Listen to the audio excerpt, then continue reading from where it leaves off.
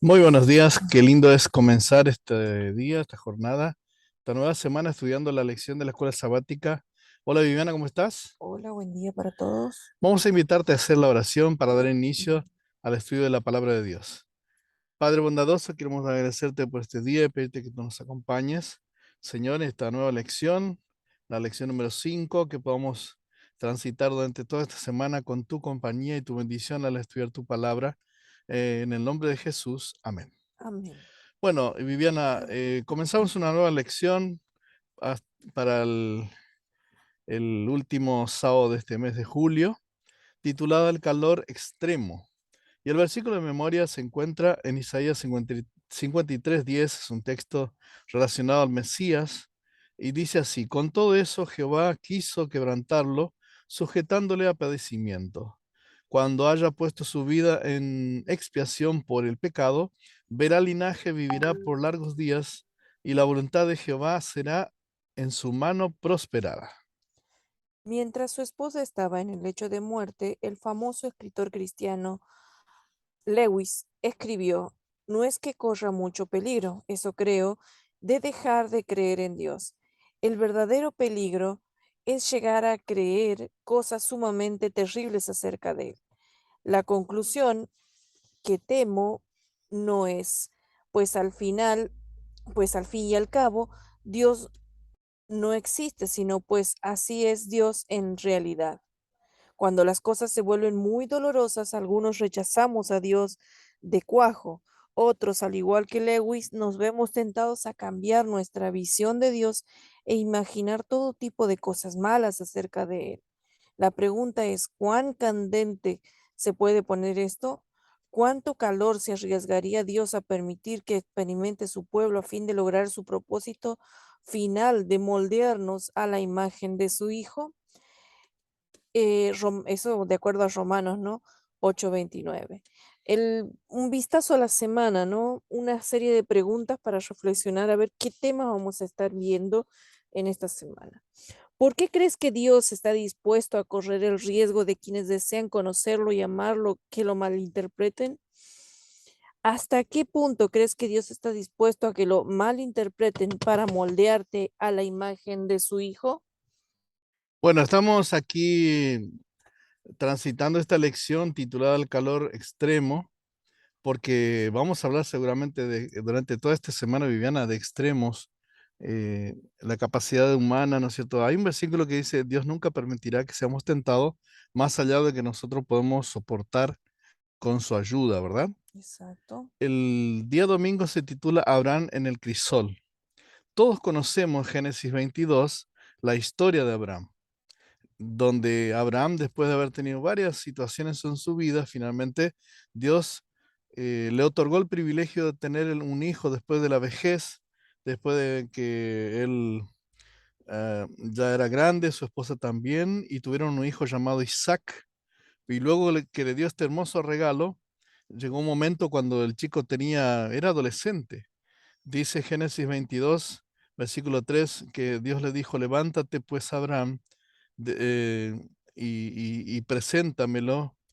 Toma tu hijo, tu único hijo que amas, Isaac, y vete al país de Moria y ofrece allí en holocausto en uno de los montes en el que yo te diga. Abraham tuvo que afrontar esta tentación, esta prueba muy grande, realmente extrema, de llevar a su hijo. Y la pregunta que la lección dice allí, después que nosotros leemos, es bastante largo este capítulo, no lo voy a leer por falta de tiempo ahora, pero yo creo que ustedes conocen la historia de Abraham. Cuando él levantó su mano para sacrificar a su hijo, allí Dios actuó a través de un ángel que sostuvo la mano de Abraham. Y apareció, ¿qué, Viviana? Apareció un cordero para ser sacrificado en lugar de su hijo. Bueno, las preguntas hay una serie de preguntas, ¿no? La primera dice, ¿te imaginas cómo se habrá sentido Abraham ante esta idea, ¿no? Del holocausto? Era una idea totalmente repugnante que un Dios santo le pidiera que sacrificara a su propio hijo. Aún en el caso de que Abraham pensara que esto era aceptable, ¿qué pasaría con las promesas de Dios sobre su herencia? Sin su hijo, la promesa no se cumpliría. Y la pregunta ahí central es, ¿por qué pidió Dios a Abraham que ofreciera este sacrificio si Dios lo sabe todo? ¿Qué sentido tenía? Bueno, yo creo que el sentido es que Abraham de alguna manera estaba sellando, estaba confirmando la fe que él tenía en Dios, ¿no? Porque él puso luego al nombre de aquel cerro donde él ofreció a su hijo y que Dios actuó, digamos, puso de nombre Dios proveerá, el monte de Yahvé proveerá, el monte donde Dios proveerá, ¿sí? Lo llamó aquel lugar, porque él confiaba que Dios de alguna manera iba a proveer y sí, Dios de hecho proveyó lo que él necesitaba. La petición de Dios y el momento elegido no fue al azar. De hecho, estuvieron calculados para arrancar la angustia más profunda posible, porque Dios había reservado a Abraham su última y más aflictiva prueba para el tiempo cuando la carga de los años pesaba sobre él, cuando anhelaba descansar. ¿Era esta la prueba de un Dios disparatado?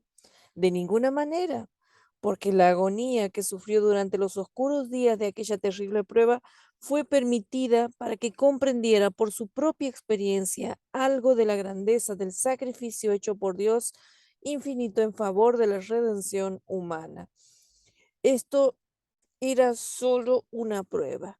Dios nunca tuvo la intención de que Abraham matara a su hijo. Esto resalta algo muy importante sobre la forma en que Dios obra a veces. Dios quizás nos pida que hagamos algo que nunca tuvo la intención de que lo completemos.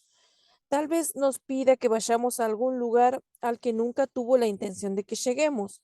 Lo importante para Dios no necesariamente es el final, sino lo que aprendemos a medida que nos vamos modificando en el proceso. Probablemente Jesús tenía en mente la experiencia de Abraham cuando dijo a los judíos: Abraham vuestro padre se gozó de que había de venir mi día, y lo vio y se gozó. Abraham podría haber dejado de lado esta idea si rechazaba las instrucciones como si vinieran de Satanás. La clave para que Abraham sobreviviera y aprendiera durante todo el proceso fue que conocía la voz de Dios.